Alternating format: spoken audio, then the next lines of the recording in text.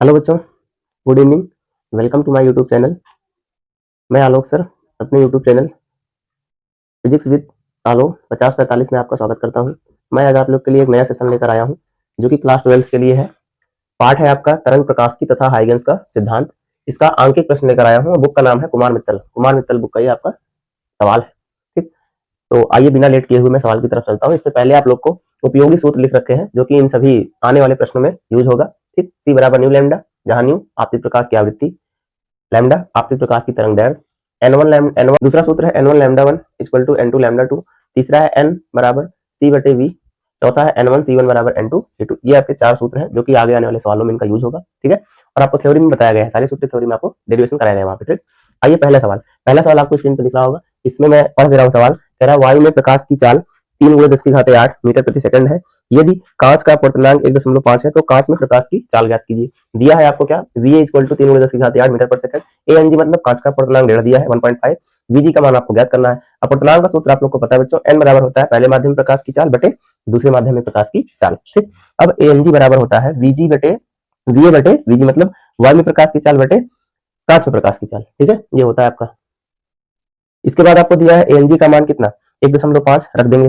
वीए का मान 3 दिया है, 3 × 10⁸ रख देंगे। इसका तिरछा गुणा करा लेंगे, इसको ला लेंगे नीचे, तो यहाँ से दशमलव हटेगा तो हो जाएगा 30, 15 दूना 30, यही हमारा आंसर आ रहा है 2 × 10⁸ मीटर प्रति सेकंड, यानी कांच में चाल आ जाएगी आपकी। ठीक, दूसरा क्वेश्चन आपको स्क्रीन पर दिख रहा होगा, मैं पढ़ रहा हूँ। हीरे का अपर्तनांक 2 है, हीरे में प्रकाश की चाल ज्ञात करना है। ठीक, तो हीरे का अपर्तनांक यानी एनडी दिया है आपको 2 और वीडी का मान ज्ञात करना है। अपर्तनांक का सूत्र होता है एन बराबर सी बाई वी, ये माध्यम है आपका डायमंड, इसलिए लग गया है डी। अब वीडी का मान तिरछा गुणा कर लेंगे, वीडी यहाँ आ जाएगा और एनडी नीचे चला जाएगा।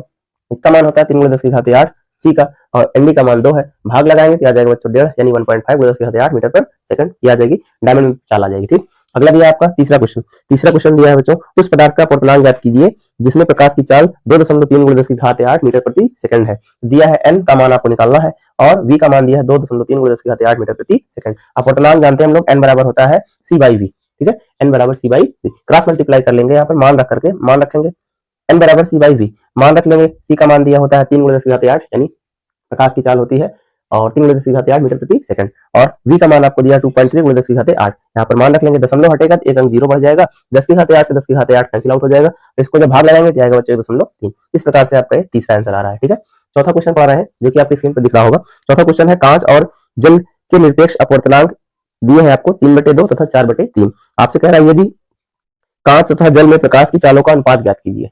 ठीक है, ये आपको निकालना है।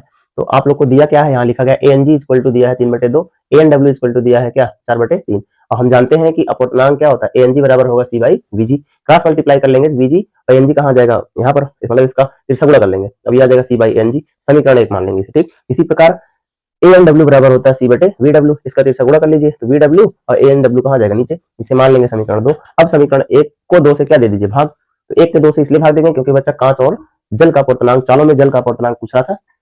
1 को 2 से इसलिए भाग देंगे क्योंकि कांच में प्रकाश की चाल यानी कांच में चाल और जल में चाल का अनुपात पूछा जा रहा था, तो 1 2 को भाग दे लेंगे और मान रखेंगे, तो सी बाई ए एन जी और बटे सी बाई ए एन डब्ल्यू, सी से सी कैंसिल आउट हो जाएगा, इसका क्रॉस मल्टीप्लाई हो जाएगा, इसका क्रॉस मल्टीप्लाई हो जाएगा पहुंच जाएगा ऊपर, और इसका क्रॉस मल्टीप्लाई हो जाएगा नीचे। ए एन डब्ल्यू का मान दिया कितना 4/3 और ए एन जी का मान दिया 3/2। ठीक, ये 2 का तिरछा गुणा हो जाएगा, ऊपर पहुंच जाएगा, इस 3 का होगा नीचे आ जाएगा, 2 चौके 8, 3 त्रिक 9, 8/9, और रेशियो में लिख लेंगे VG ratio V W equal to 8:9, ये आपका आंसर आ जाएगा। ठीक है बच्चों, आइए चलते हैं।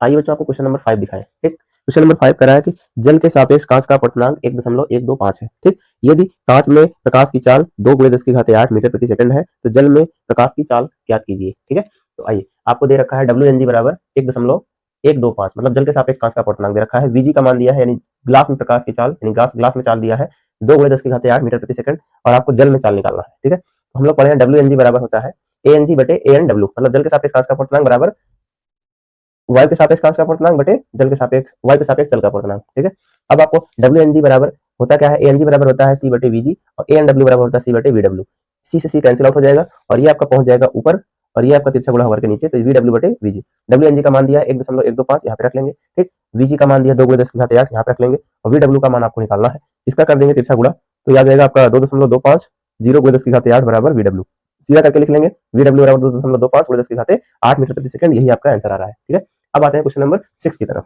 ठीक है, ये अपने आप में बहुत अच्छा सवाल है, मैं क्वेश्चन पढ़ रहा हूँ। कह रहा है दो पारदर्शी माध्यमों ए व बी की पट्टियों की मोटाई की पट्टियों की मोटाइयों का अनुपात 6:4 है। ठीक है, आगे आपसे कह रहा है यदि दोनों में प्रकाश को गुजरने में समान समय लगता है तो ए के सापेक्ष बी का अपवर्तनांक क्या होगा। ठीक है, स्क्रीन पर आपको क्वेश्चन दिख रहा होगा, आप इस वीडियो को रोक करके क्वेश्चन को ध्यान से पढ़ेंगे तभी आपको सवाल समझ में आएगा। ठीक है, यहाँ पर दिया आपको दो ए और बी, दो प्लेटें दी हैं जिनका मोटाई का अनुपात दिया है कितना, 6:4। आपसे पूछ रहा है फिर कि एक के सापेक्ष दूसरे का अपवर्तनांक क्या होगा, यानी प्लेट ए के सापेक्ष प्लेट बी का अपवर्तनांक क्या होगा।